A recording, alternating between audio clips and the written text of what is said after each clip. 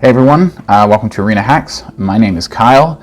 Today I'm going to be showing you what I did on Friday for FNM because stuff like this is just really cool for all you beginners out there. You get 2 free rare cards. They're just random rares. But I found often I flip these over and they're like meh. But then sometimes I flip them over and they're like really great. And I'm like, wow, that's awesome. Like, what an awesome rare I just got. I've been looking for that and hoping for that. I've been contemplating spending a wild card on it to craft it. And then boom, you get it. And it's really exciting when that happens. So what they're doing this week is just historic.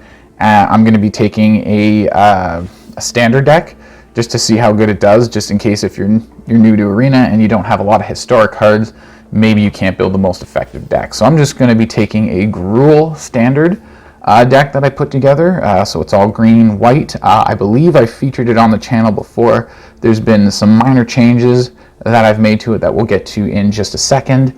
And then, yeah, I'll see how long it takes me to get these 2 wins. Because it doesn't matter if it takes you 6 games to get these 2 wins, it doesn't really matter. You still get these wild cards. And if you look down here, it's free to enter. You just hit the start button and then you select your deck, right? So there might be a unique list of ban cards for this deck. So Smasher, I do believe I did put this, just something like that, just to get rid of all this. There we go. I do believe I've done a video. If I can find that video, I'll actually put a link there right now that you can go click on to just go see it. There's not a whole lot different. I think I dropped 1 Beanstalk to increase a Rimrock to make it a little more faster and aggro to have those lower mana cost spells. What else did I do? I added Great Henge and I took out an Embercleave because Great Henge is amazing and it's one of those rares I flipped up. It was a mythic rare in the Mastery Pass. Sometimes you just get a random mythic rare. And I flipped this over in one of those and I'm like, it was my first Great Henge. My collection for Eldraine is not the greatest, so this is my first Great Henge. It's an amazing card. I've been ruined with it when my opponents have it. I've seen other players use it very effectively, so it's just a really great card when you can get down big creatures to really reduce the mana cost because it's so huge. But you get these big powerful creatures down and it really helps bring the cost down so you can get it out that much easier. And that's about all the main changes I made. I did flip over a passage, so I added 1 more passage and took out a mountain just to help with the landfall triggers on the Brushfire Elemental, as well as just to help balance your mana and get the colors you need because that's what Fabled Passages are good for. So this is the deck. It is standard. No, it's not. It's historic? Right. No, because I'm entering it. It's because I'm in the event right now. I went to add a deck. I'm not in the decks tab right now, that's why. So it's just showing me all the decks that are valid for this event, and then these ones are invalid for this event. So this has something in it that they don't allow. Well, I know what it is. It's Winata. Yeah, she's banned in historic, all across the board, all across historic. No Winatas allowed. So that's why this deck's not allowed. But anyways, I was never planning on using it, so that's fine. We just go here, select our deck, go submit deck. Ta-da, there it is. And now we go play some games.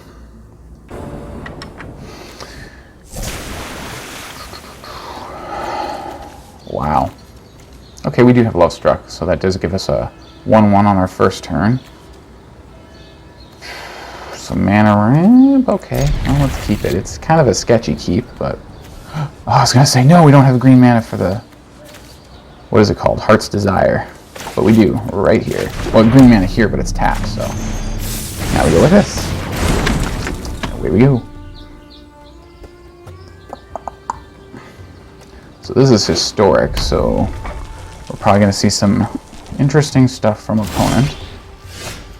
Bonecrusher, that's pretty cool. Do I want to hold up mana for it? Stomp Face, maybe? How much does Fortile? 3 mana. Let's go for a Scry. Opponent hasn't done anything yet, so let's see what we got coming up. What would that be? 4 mana. We do have 2 Fertile Footsteps to get more mana, but it's always kind of nice just to have it. So that would be, yeah, 4 total. Yeah, let's leave it on top. We'll tack in and call it a turn.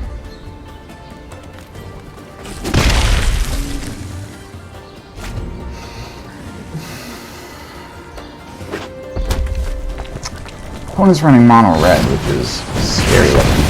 Okay, so there goes that. So we can't attack with our Lovestruck now, which is not the worst thing in the world.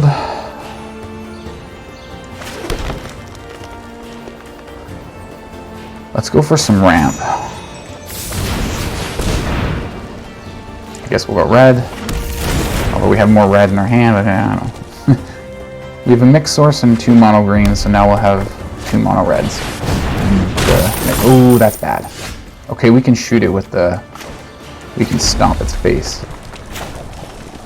Right? Yeah, 2 mana for that. And we can even play another Fertile Footsteps this turn, too. I like that. Let's go that way. Let's go green this time.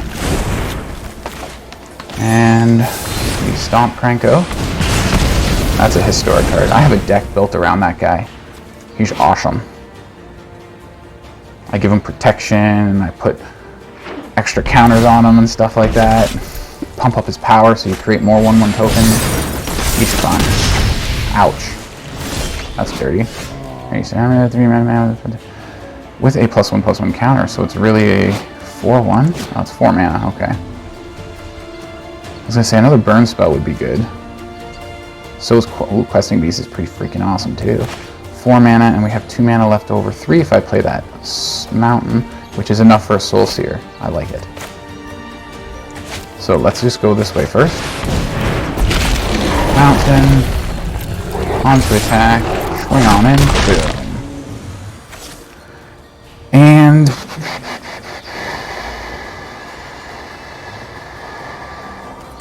one card in our hand, but a whole bunch of creatures we have on the side here. Soon we're going to start getting some big Beanstalk. So we got 4, 7 mana, so it's exactly enough. What is this? We would die. Exile. Well, that sucks. I wish we could save it, but we can't. Let's see if he uses this mana for something else. He does. Haste until end of turn. I think we're going to have to Soul Sear his big guy here so we don't take so much damage. And then start playing these guys. Edgewall Innkeeper would be right now. Come on. It's close. Not at all. Ugh.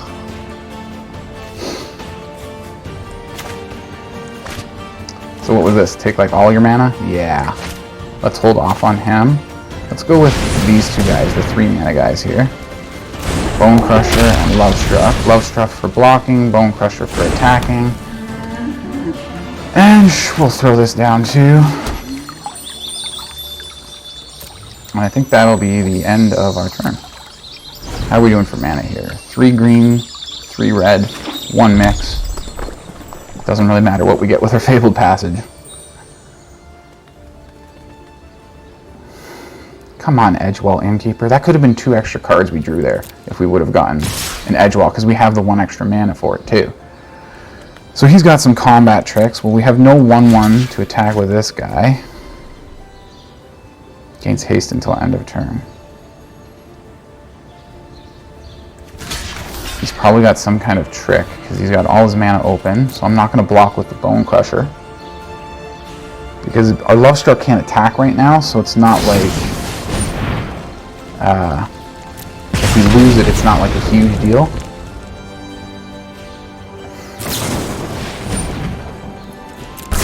We better get his creature, though. Jeez, does he just have all the burn spells? Like, wow.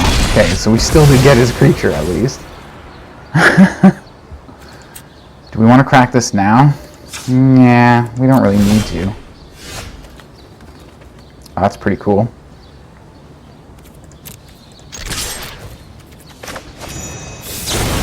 Get some damage in there.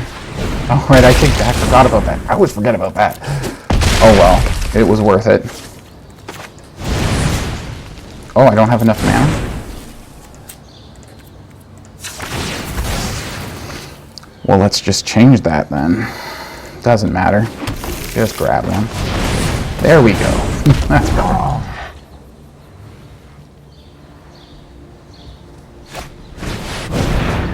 light up the stage. What do you get? Another light up the stage.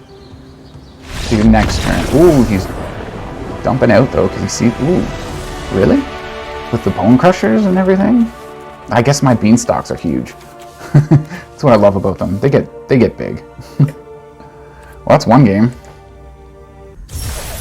Okay.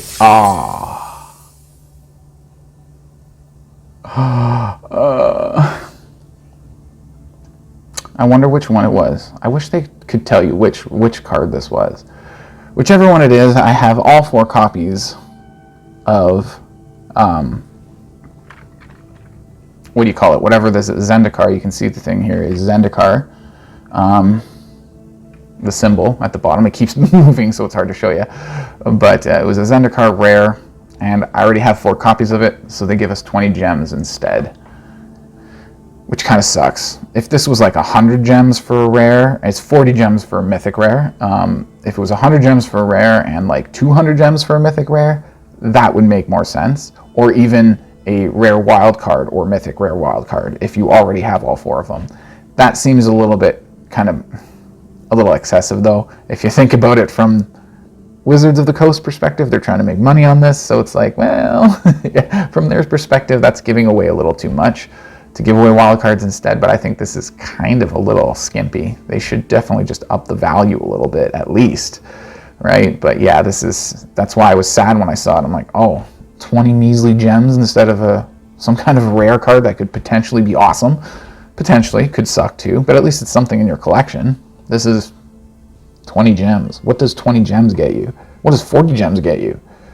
Anyways, there's that.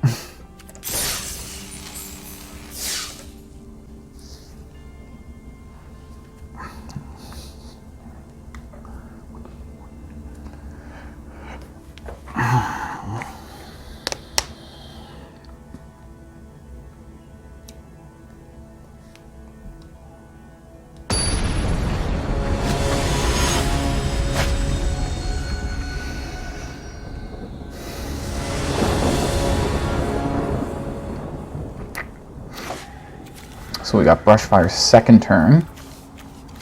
Unfortunately, we don't have a 3rd land to play on our 2nd turn.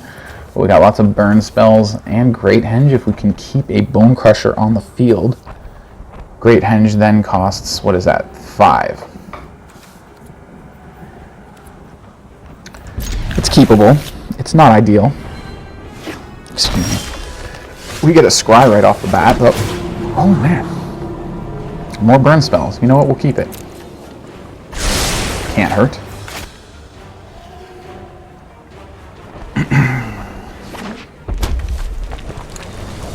Opponents also got the red-green going on, and there's a Rimrock, which we also have a few of. They're on the play, which kind of sucks for us.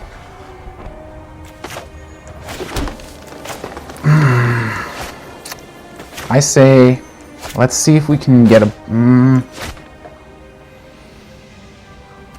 You know what? Let's stomp the Rimrock. And call that a turn. Not that we can do anything else.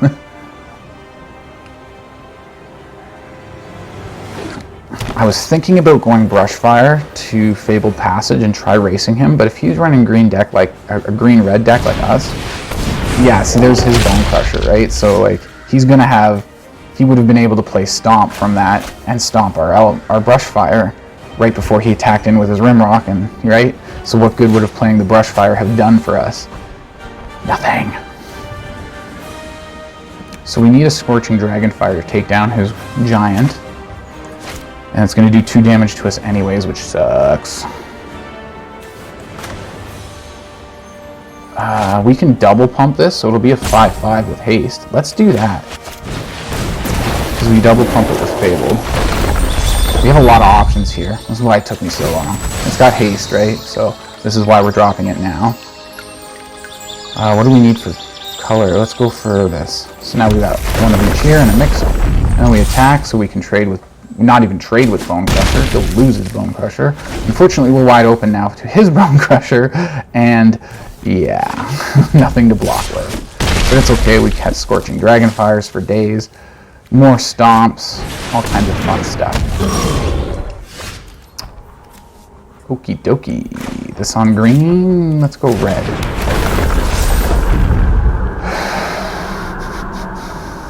We can trade with his big guy here. Play a Bonecrusher. Right, because we attack here and we'll use Stomp to finish him off.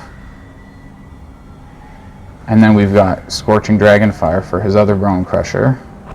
Let's do that. See if he blocks. He might just take it. He does. We don't have enough mana for that. We can double spell his big guy here. That might be necessary. Or we can... If we go this, we can try to keep him alive. Yeah. For next turn and get Great Henge now. This Great Henge only costs 5 now, which we actually don't have enough mana for. Oh. That was a big brain moment right there. Okay, so something that gets trample. 30. We can trade Bonecrushers. Let's trade Bonecrushers. Which brings the Great Henge back up, but we didn't have the mana for it anyway, so there's no guarantee we were even getting it out. See? We wouldn't have even got it out. I made the right call. Missing a land drop sucks for our Brushfire, though.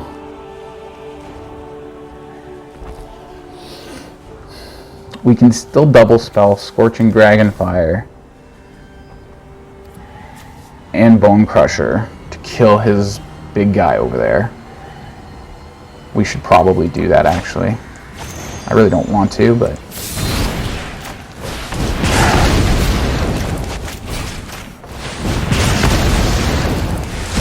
And then I'm not going to attack here. But we need to get rid of that big guy. It's too much damage. He's running low on cards. We've got some more burn spells, a little more life to keep us in it a little bit longer, but he's not much ahead of us in life points either. So we are ahead of him in cards. We've got all these playable cards. He has 2. This has... I can block the 3 damage. He'll probably pump this up to get more through, but if I block, it's only blocking 1 damage because Brushfire has trample. Right? I say we block this. We lose the Brushfire, but this way we take only 4 damage at most instead of like 6. Because then 3 damage we get through, he'd probably pump this up. Right? It would, 1 would get absorbed. Right? So this way he only did 1 damage actually. We got rid of our Brushfire though, which stinks. We can get some card draw rocking now. But I need to deal with what he's got on board. Well, I can block with Giant still. Yeah, let's go Edgewall. Get some card draw going. Alright, it's land finally. Yay. Tap, so it's going to be behind. More burning in your face. We were on the draw, I think we were on the draw this time. So our opponent had a bit of a turn advantage on us.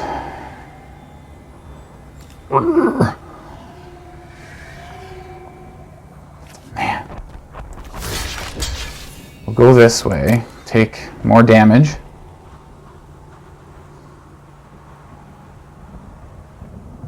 I can't stand all this trading. I've got to get some kind of advantage somewhere.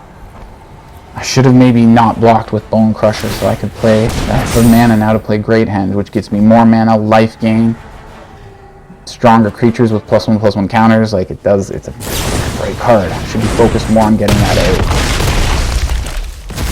I can reduce it by 3 more with a Rimrock, or no, 2 more, because I add 2 to something. Okay.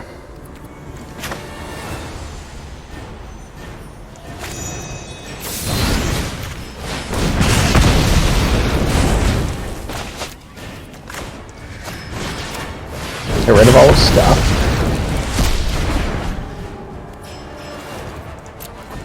Attack. Yeah, okay. Yeah, let's get some damage in there. Hopefully he doesn't have haste. Haste would be very, very bad. Haste and game over. Man, it sucks when you're on the draw and not on the play. It's just like we've always been just a little bit behind them all game, and that's... Get card draw here. Get card draw here too, and still have, what, 4 mana open? He can't block. I do need more blockers. 1 burn spell here for 3 mana, and then I'll have 3 mana left. So let's go with the 2 mana, get some card draw.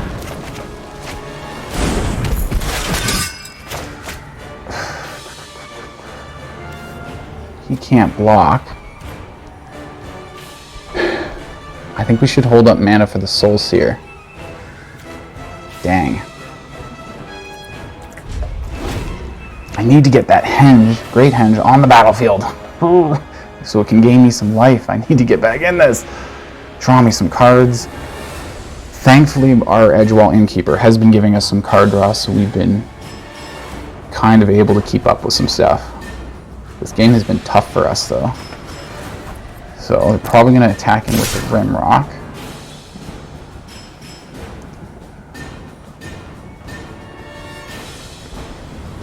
That trample damage, though. Damn. I have to use my Soul Sear on this, and I can't block with Rimrock, which means I have to lose my Edgewall. Dang it. What does this cost right now? 6. 3, 6, 7. So we should be able to get that out next turn. Okay.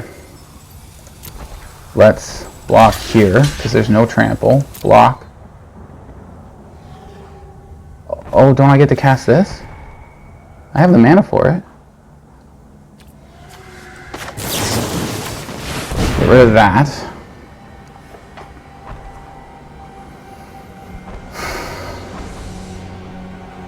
So that he doesn't have any trample. It does 5 damage, so if he pumps it up, it's a 4/4, which is not enough, unless he can double pump it somehow. Use its own ability, and then still have a Rimrock Knight? No, that wouldn't save it, though. Wow, that would get damage through, though. No, it wouldn't, because I'm using the Soul Sear to kill it.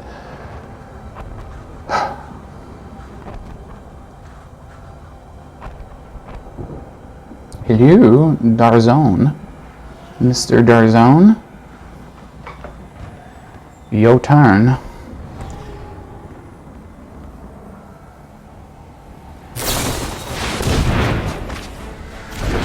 Well, that's not good. So we get some extra card advantage there.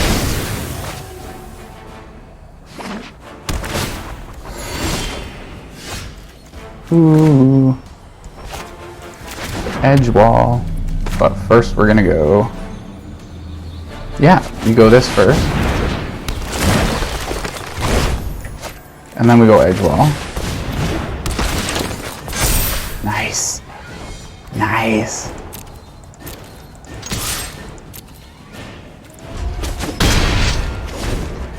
I should be able to activate this at any time to gain life. So it doesn't matter, but we won't use the mana, but that doesn't matter. We just add mana, tap it, add mana. You know what? I'm going to put a stop down here just in case. You probably saw it up here. I forget I put my image over this corner here, so you can't see it when I use the stops here. You can click up here to put stops on. Anyways, we'll do that, let that resolve. Just put a stop right at the end of his turn, just to make sure I gain life. I tap this and gain some life. Oh man, this is one of those games I'm like, oh, hanging on by 1 life, come on. They've got trample now, no haste. Oh boy.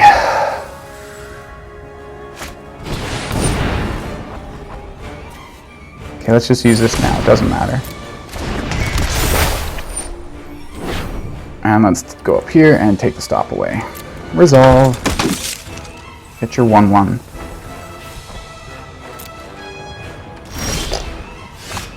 Okay, another Edgewall for lots of card draw. This will get through, for sure. And we will have enough to play Bonecrusher. We're going to be drawing cards all the time with Great Henge. Let's do it. There's some more life for us. We're almost caught up to him in life. Oh, we're coming back. This guy's going to get through because he can't block it. Sweet. Then we're going to go this way. He's going to come in with a 1/1 counter. We're going to get a more card draw from the Great Henge. See, this is what I mean. Great Henge is busted. We had trouble getting it out, but it's busted. More card draw, more stuff. Should we just attack now before we play the Bonecrusher? Let's just do it. Okay. We actually have this now, which is going to help with our attack. Not this guy. Just in case. See, oh, he can't block that. I should have just, it's too late now.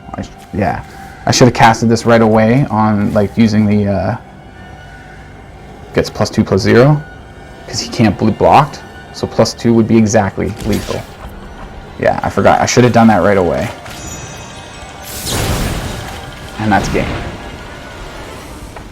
Unless, I don't know, no blue. I don't see blue, so he can't counter it.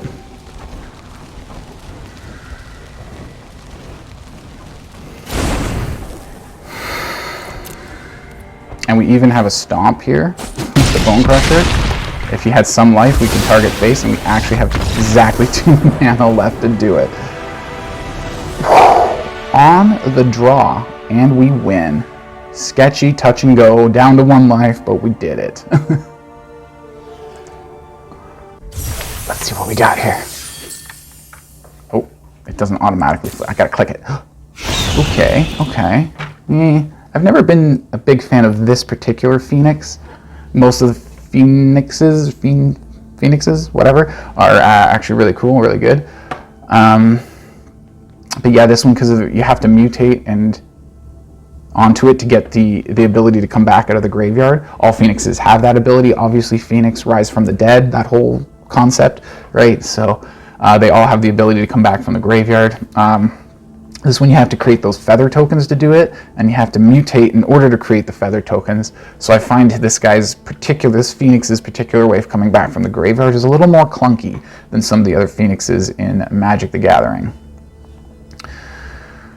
But that was it for the event, Friday Night Magic. 2 in a row. That second one was so sketchy, though.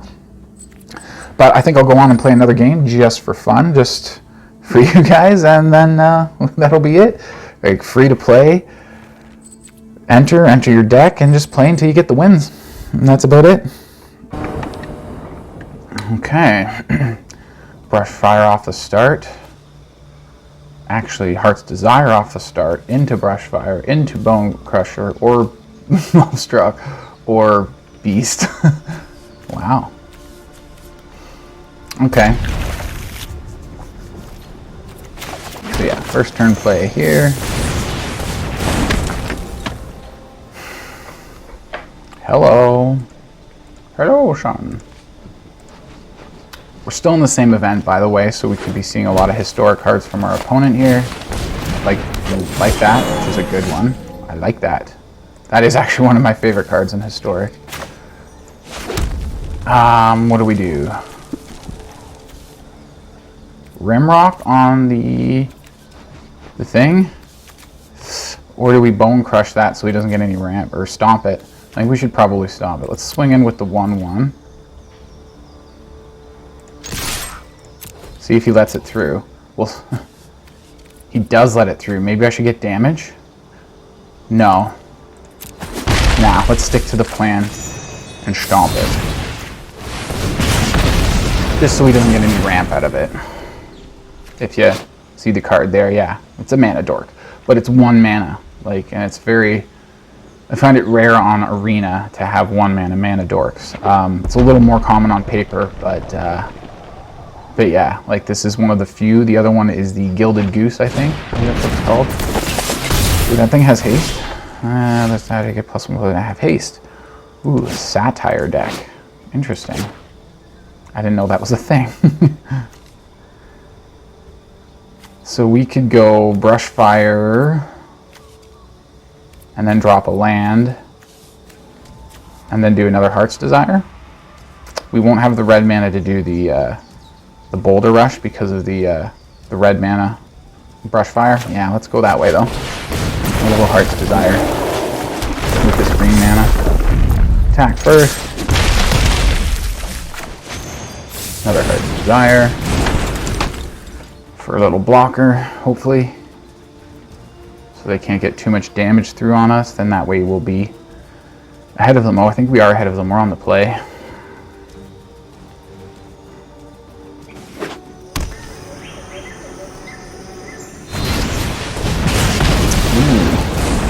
I guess they also know what a Bonecrusher looks like too.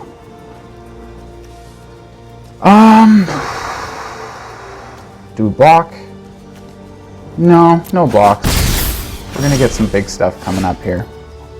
So, that kind of sucks. I wish that was an untapped land so we could go Questing Beast. But let's go with this beast instead. Get a Scry.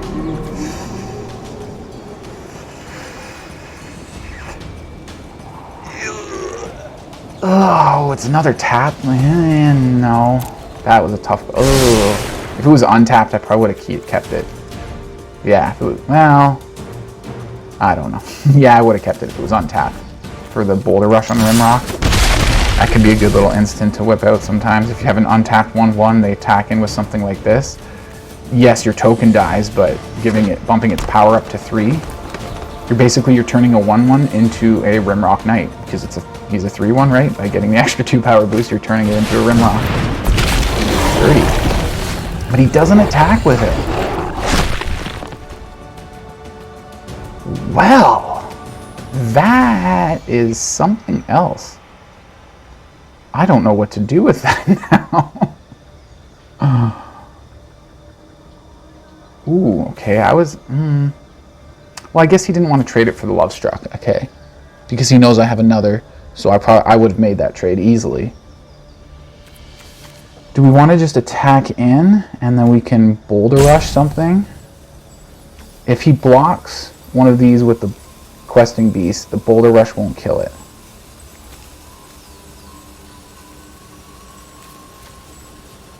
I think we attack with the Lovestruck, see if he's gonna... Ooh! What did I do? Okay, just take these guys out. No, take them both out. Dang it.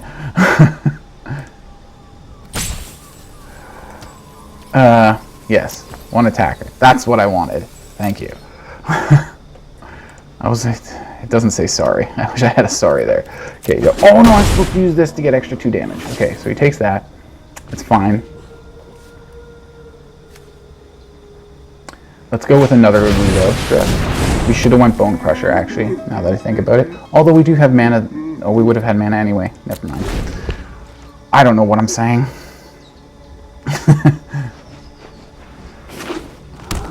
What is it with these gruul decks we've been going on? Gruul is big and historic. Our deck isn't even historic. This is standard deck. So this time, he's offering a trade for his Questing Beast. As we would have done last time, we would have made that trade. Which is why I would have liked the Bonecrusher to trade instead. Well, that sucks. There's really nothing much we can do about that, can we? Could try to give him extra attack, but it doesn't matter. He's going to hit first strike, and it's going to be enough to kill him on the first strike. So, and then we get 5 damage from the Questing Beast, which is not cool. Now we got to take our turn, I guess. Oh wait, no, take our. Oh man. He still has it as a blocker, but we gotta throw our Questing Beast at him this time. We still have mana for... Take out both tokens. Go that way. He does have double strike with that, though. That sucks. Ooh, I don't know. Okay, so he goes that way. Get some damage through. Oh, that's not enough to kill him, though. I should have attacked with both. Oops, that should have been game. If I would have attacked with both of these, I could have had him, and he's harding. But you know what? We have our 2 wins for this event, so even if I was about to win this, I'd probably just concede just to give him the win anyways, because we don't need it. Good game. It's got trample, yeah, so it's like, go like that, it doesn't matter now. We block more. Why is it not letting me block? Okay, here we go. Oh, I can't block that, right. Just go, just go, just go.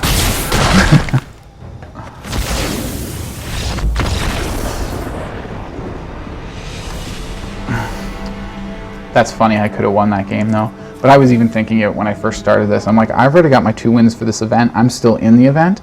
So if, I don't know, maybe this guy's got 100 wins in this event already today. I don't know. But since I've already got my 2, I would have just conceded that to him just to give him the win so he can get the rare. I think we should all be thinking about stuff like that more often when we play stuff like this. You know, just help each other out. Give each other the rare cards. It costs nothing to us to just concede a game that's not ranked. It's not anything, right? It's just this fun little event, right? So I would have conceded as soon as I realized that I was about to win, or as soon as he realized. I maybe would have put some stops on. Yeah, you can't see me. I might just move myself here so you can see this here. I might have just put a stop somewhere on his turn, or somewhere on my turn right before he died, or something like that, just to make sure my attacks didn't kill him, and then I'd be like, oh, good game, he knows I won, and then I'd go click concede. He might be confused, he or she, they might be confused about why I did that, but you all know now why I would have done that, and people in ranks sometimes do that too. They'll, if they know if someone's trying, I've got the rank I'm happy with, right, the season's coming to an end, this person I'm playing against is clearly trying to rank up, so it was a good game, me conceding this game is not going to cost me that much on my rank, but it's going to help them up. And I've actually seen some videos from people where their opponents will concede to them even though they had the game, just to give them the win. And it's really nice. I like when people do that. It's really nice. Help each other out. Okay, so that was today's video. I know I've mentioned how good the Friday Night Magic is before, because a lot of them are free. But I thought this was a good opportunity to show some of the beginners, you know, if you don't have the historic cards to really compete in that, but your collection for standard is really good, because I do encourage collect the newer cards, because right now, which is Kaldheim, because of all the free Kaldheim stuff you can get. So because I always say that, you know, your collections are probably going to be more leaning towards all the newer cards rather than the historic cards. So, but this is just an example that if you have good enough standard cards, you can go up against the historic decks. I'm surprised that we didn't actually see anything crazy ridiculous in this event, unless they banned cards specifically for that reason. Like I said, that event may have had extra banned cards that aren't normally banned, so so that may have put a cramp in some of the ridiculous things you see going on in historic these days. With Kaldheim, a lot of the angels now, the angel decks in historic are insane, just out of control. They explode fast with flyers, and then they just all build up on each other. It's insane. I've seen it, and it just gets out of control. It's insane. I can't say that enough. So some stuff that's going on in historic these days. So, but this was a historic event. It felt like all we played was other gruul decks. Was the first game something? I don't even remember. I felt like we just played nothing but gruul decks the whole time. Red green versus red green versus red green versus red green. Here we go. But yeah, so that was the video. If you enjoyed it and you learned something, make sure to hit that thumbs up. Share the video with your friends as well. And if you are new to Arena or this channel, go check out my beginner's guide videos. There's lots of really awesome information in there. Invaluable if you're just getting started. So that being said, I hope you all have a great week. Go make some magic happen. Cheers.